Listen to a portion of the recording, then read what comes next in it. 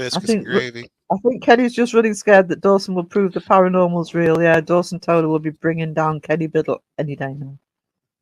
Oh, geez. Oh, Justin got him good.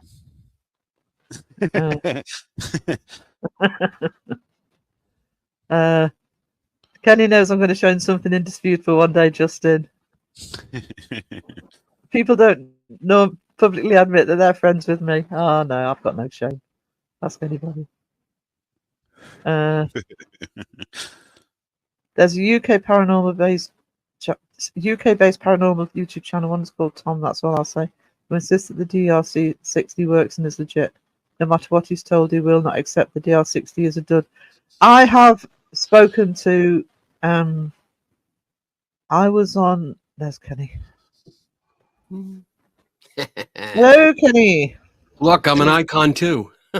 You're already an icon. Yeah. Double icon. How are you? Good. How are you? Oh, not so bad. Not so bad. Testing out the UK. I thought I'd actually do a stream in my own country's time for once. Usually on in the middle of the night. Darn traitor. I know. Crow calls me a traitor to my country. Because, he doesn't hold back. Right. So, was there something you wanted to address specifically? No, not really. I just wanted to come on and because I listen to you guys when you randomly go live. I like coming on and just listen to what you talk about.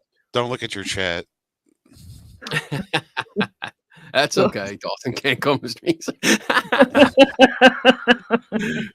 Dawson, get out of there. We need stickers saying I'm friends with Kenny Biddle. I agree.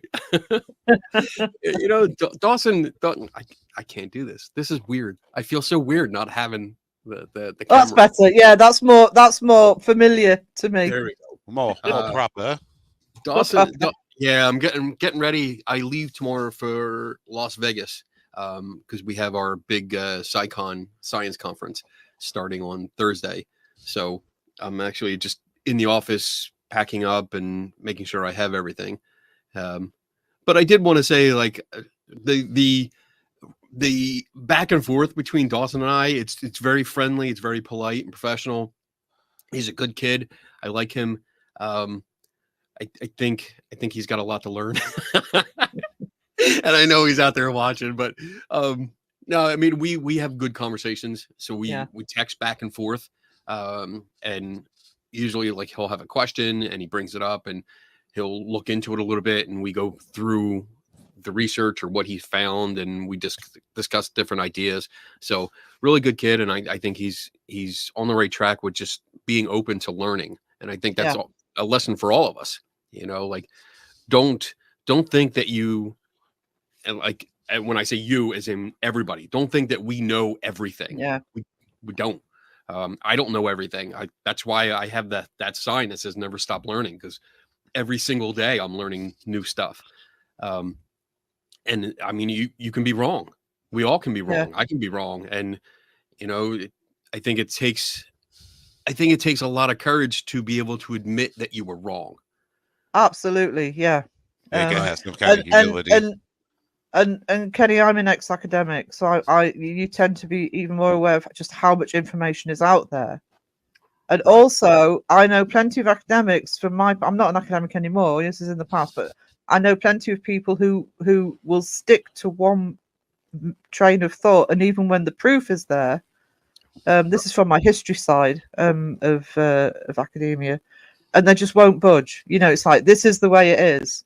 And if you know everything, even as a creative, I often have these discussions with Crow, even as a creative, if you think you know everything, you can't be creative anymore, because you always should be striving to learn something. It doesn't matter whether it's creative or academic or right. And I mean, just about every time we've chatted with Dawson and some others, and Dawson will say, I've looked into this. He's always researching himself as well. If something comes up that he doesn't know, and if you stop doing that, you're in trouble. Right. Exactly. And we have a good relationship. We do have like a very uncle and nephew kind of. Oh yeah, it is. Really? It's like two family members going at each other. Do you know what I mean? Right. But you know it's not serious. You know, I've Right. seen it on different streams. It's funny. Right. It's just fun. I love interacting with them, and I hope in the future that we can actually do more stuff in person. Yeah. Because that's just, it's fun. I've only met them once in person, and I mean, we packed a lot into that one meeting. I mean, I let them handcuff me to a pole. You know, like Yeah, that's that not was something awesome. you do with a stranger.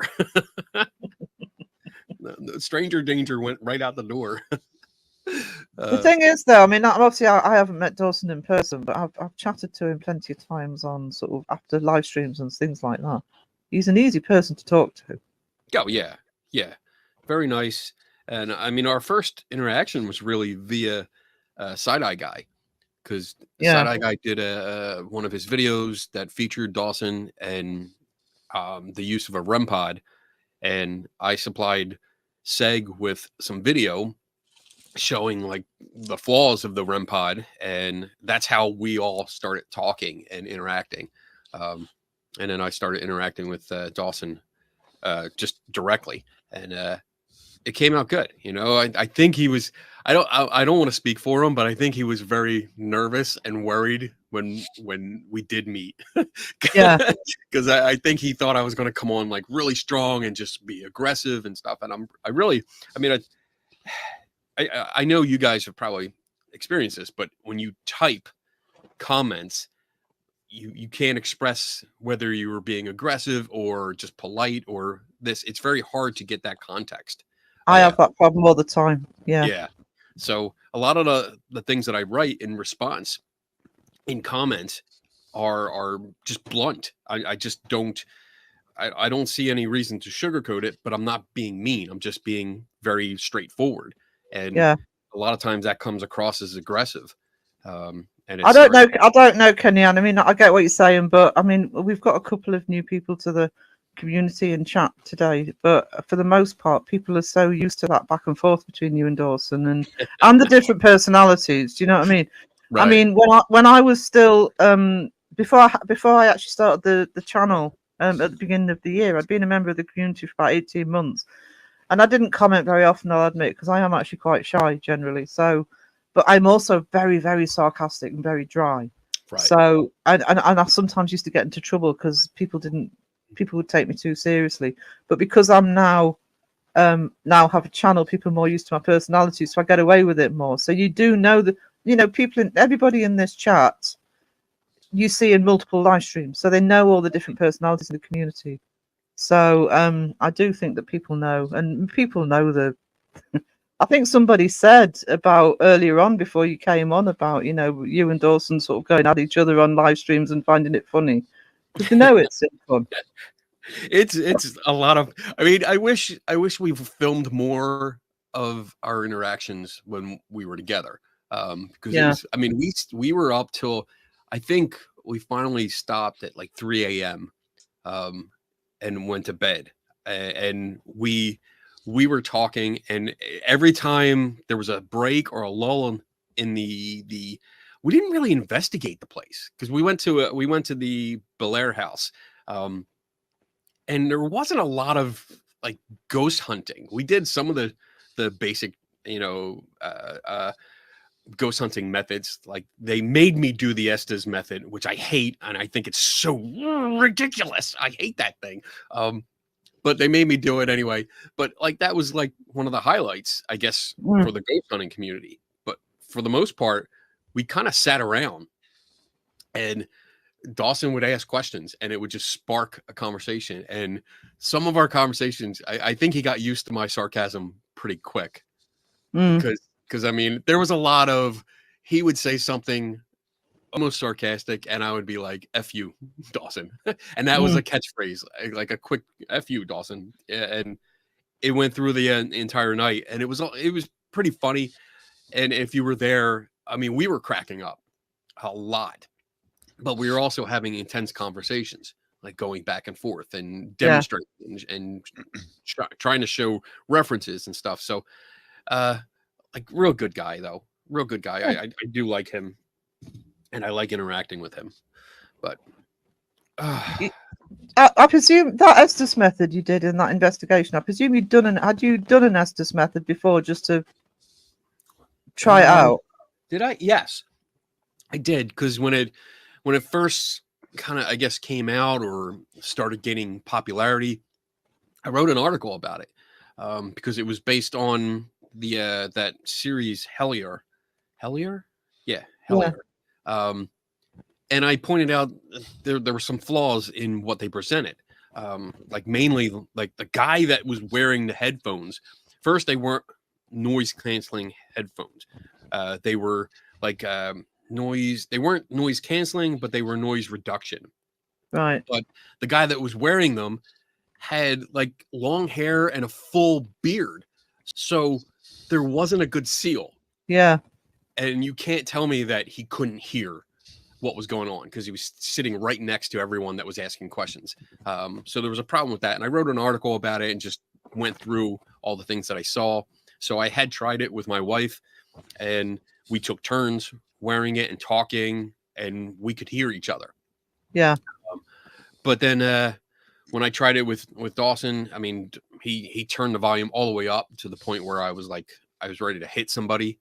Because it was just bleeding so loud and just so chaotic. Just go like, oh, that noise is just so annoying.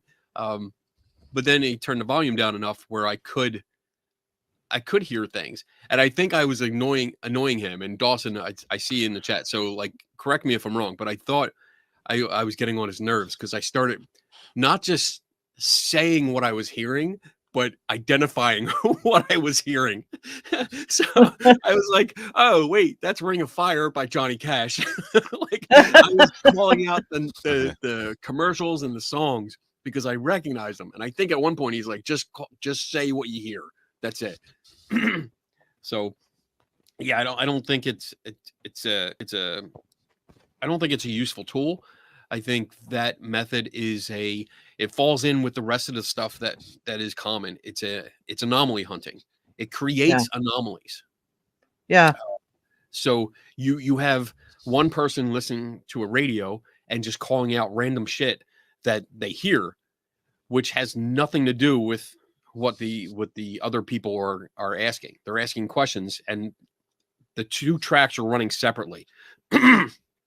And I mean, even when the guy with the headphones calls out something and nobody realized, or nobody says, that has something to do with what we're talking about. If it doesn't have anything to do with what they're talking about, they ignore it. Yeah. Which is just, that's not how science works. That's not how you do an experiment. So it kind of just, the whole process just annoys me. And it's just so invalid and ignorant of how you collect data. But it looks fancy, it looks cool on TV, I guess. So that's drives the narrative forward. Yeah, that's the argument, isn't it? Yeah, because I mean, I'm not a scientist. I'm humanities, but it's. I actually wonder if people actually sort of test these methods out before they go, because if you sort of sitting at home and you test the method out and then you go to a location that are you getting any variation? Things like that. It's like my best friend's a psychologist, and she will talk about control groups and how you sort of do different, look at different people to sort of get the to sort of see what the commonalities are, and I just don't see that being done. I'm not talking about Dawson now, I'm talking about generally. Right. It just seems to be a do the Estes method, turn the spirit box on, and just there and then, and like you say, I hadn't really put it like that, but you are looking for anomalies, and if you're just literally ignoring, you should either be paying attention to everything, right, or dismissing it, and then working it out. Because my argument is, because I do believe in the paranormal, but I do believe a lot of it will be explained. That's kind of my stance on it. But we just can't at the moment. But I just think it creates so much chaos, rather than honing it down to those anomalies that are so important. You can't narrow it down to what is worth investigating when you've got all of that rubbish and that extra stuff that really isn't neat. I mean, it must drive you mad if you were sort of investigating something and you're looking at half the techniques that are a waste of time rather than getting it down to the nitty gritty, you know? I don't know, because I don't investigate, but what do you think about, is that a way you look at it, or do you think that you need as much information as possible? Genuine question, because I don't know the answer. Are you still debating? I mean, I think people need to understand why they're doing things. Yeah. Why are they performing these, and I'm going to call them pseudo experiments, because Yeah. they don't have any controls on them, you know? Yeah. And you're right. Like, they do the Estes method. They listen to a radio. They ignore half the stuff coming through. They make connections.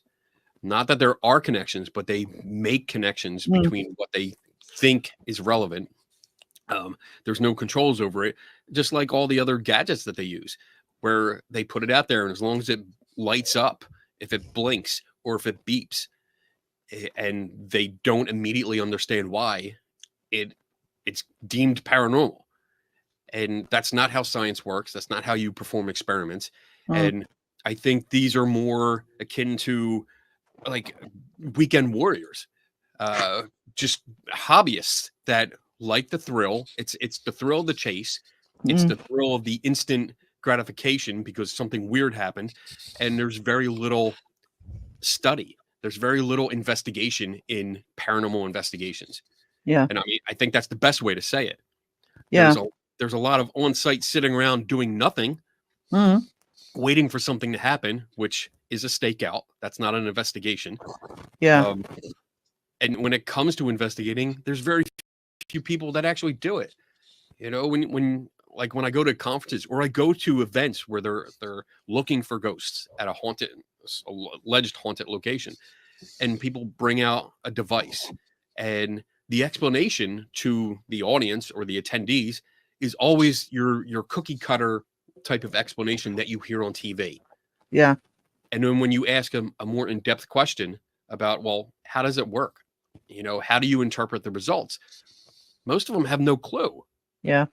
And that's just wrong. I mean, when I ask you how or what is a EMF meter actually reading, what is the reading that you're getting and what does that mean? And they can't answer it, then you should put that damn thing down and not touch it. Because you're using something you have no idea what it does. So that was the problem I had when I started looking into them. Because like I say, I don't understand how any of these things work. And when you look at the sites that sell them, I mean, this is an obvious thing to say, but when you look at the sites that sell them, they will say, and you think, okay, how does this work? And it says, oh, you turn this on and it talks to ghosts. That's not telling me how it works. That's you. That's you selling to me what it does. Right. You know? It tells you what it does. That's so many of the sites I've sent messages to, because I see a device being sold and it's like, oh, talk to ghosts. This device allows ghosts to talk to you. And it's a simple question. How do you know that? Like, what do you mean they're talking to you? How did you determine that your blinky light is a ghost from the beyond communicating with you? Yeah. They should just call it the cosmic telephone. Well, it's funny because I don't know if you've seen Crow's comment on screen. Are we still debating the fucking DR69? He said. I'm going back to bed. But that's one of the things that we discuss sometimes. It's the presupposition that you're talking to ghosts. You can't prove ghosts are real. So how do you know what is coming out from the other end? You know, that's my problem with it. Yes, we need a more level playing field of in the middle, and that you don't know what the noise is. Even if you hear a voice, you can't jump to the conclusion it's a ghost. Even if you can't explain the voice, you can't jump to the conclusion. That's my problem generally at the moment with whether they're fake or real.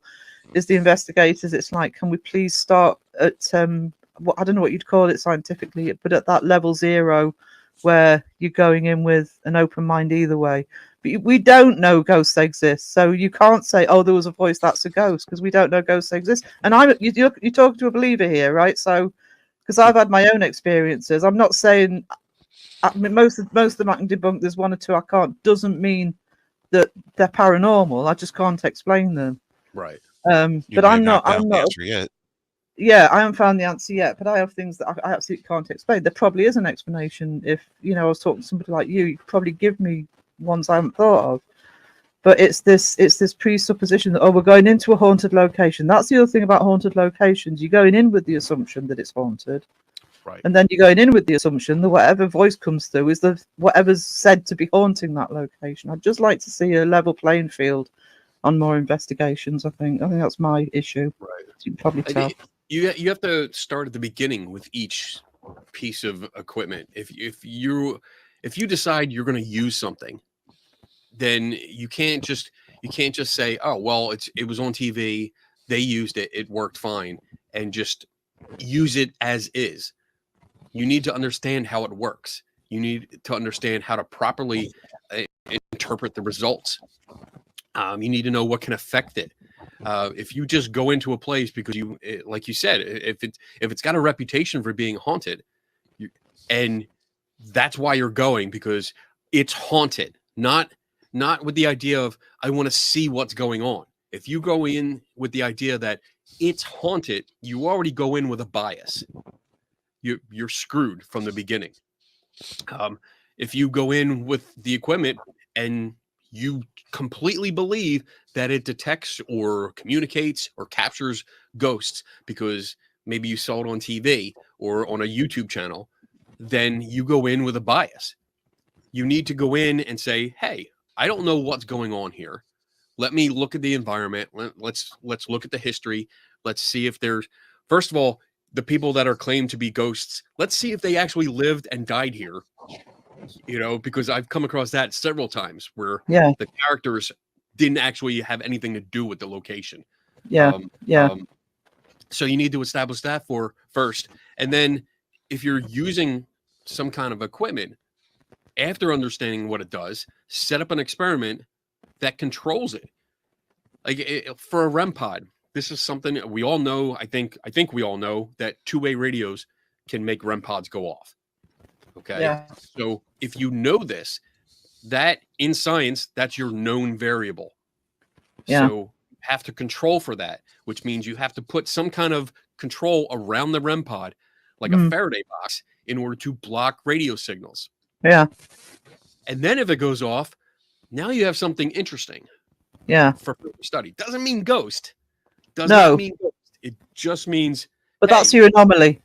Yes. That's the anomaly. And you got to figure out what the anomaly is. What caused that to go off. Yeah. That should be what people are investigating. Not, hey, it went off. That must mean, Uncle Fred is back from the dead and is obviously haunting this place. I just thought of Drop Dead Fred, the movie. I haven't seen that in forever. Oh my goodness.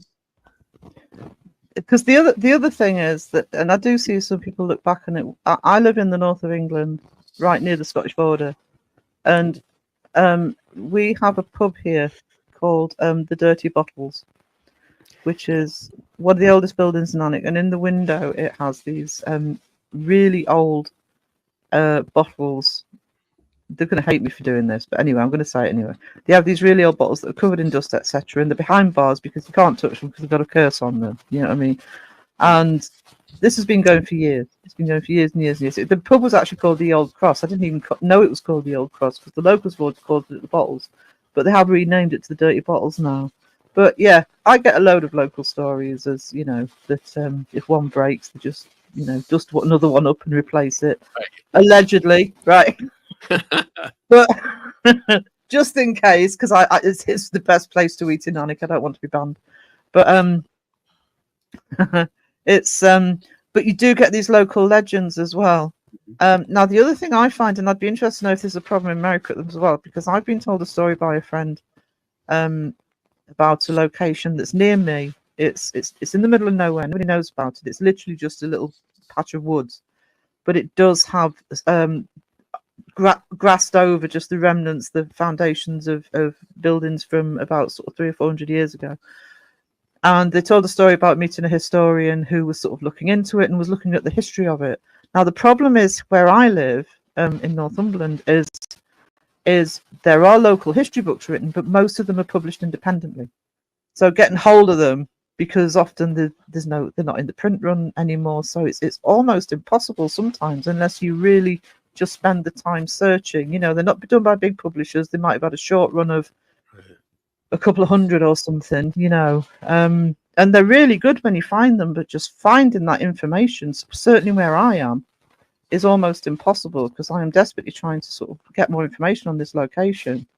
And I mean, the museum near me has loads of historical documents, but it's so hit and miss as to what's there.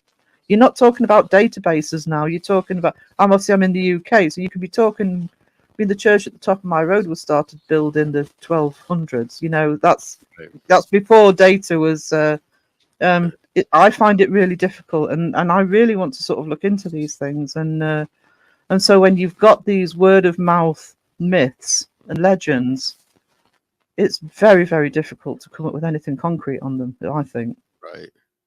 I mean, the place everybody goes to near me is Chillingham Castle. It's about 10 miles away, and it drives me mad because, yeah, no.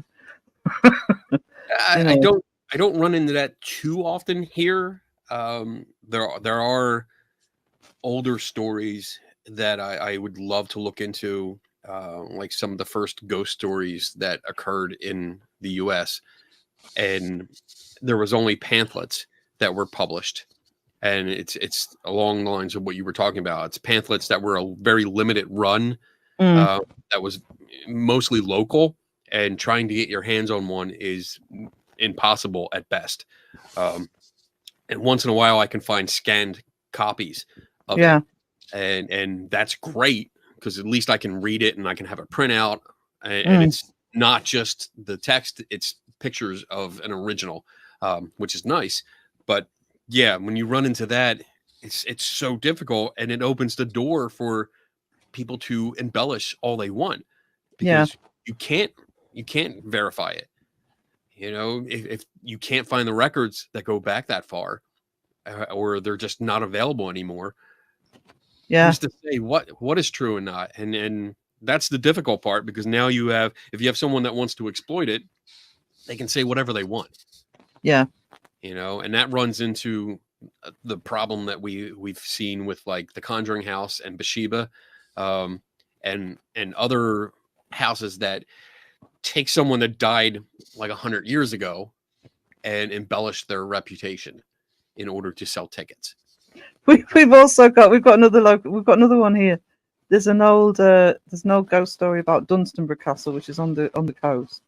And there's a very old story about a princess in a tower, and she throws a key into a field, and the farmer won't, cultivate that little section of the field.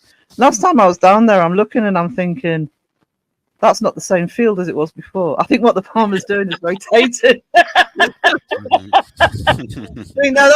That field needs to be nearer the castle. Come on. She's not going to throw it that far. That's funny. Just to keep that little bit of, uncultivated crop. Right. It's no longer convenient to be where it used to be. Yeah. Now we're going to move it over here and just not say anything. It's just over here now. So let's keep the local legends alive, but at our convenience, That would be like, when I go on tours, I usually try to keep quiet, just listen, take some notes, and I'll write about it later. But I think in that kind of situation, it would be just too obvious. Like, wait a minute, I was here 2 years ago, and the field was that way. Yeah. Now you're telling me it's that way? Yeah. What are you trying to pull? Give me my money back. This is bullshit. Oh my goodness. You guys are fun. All right, I gotta go, because thank you for joining us, Kenny. I really appreciate it. Yeah, thank you for letting me come on. I appreciate it. And hi to everybody in the chat. Great questions and comments, and even from Dawson. I mean, it's Dawson. No, I know he left. He's trying. He's trying. No, he's a good kid. I do like him, and I'll continue to talk to him and have conversations with him, because he's just a nice guy. So yeah. All right, everyone, have a great day, great week, and I'll see you later. Thanks, all Kenny. Right. All right. Thank you. Bye. Shoo, Hooey.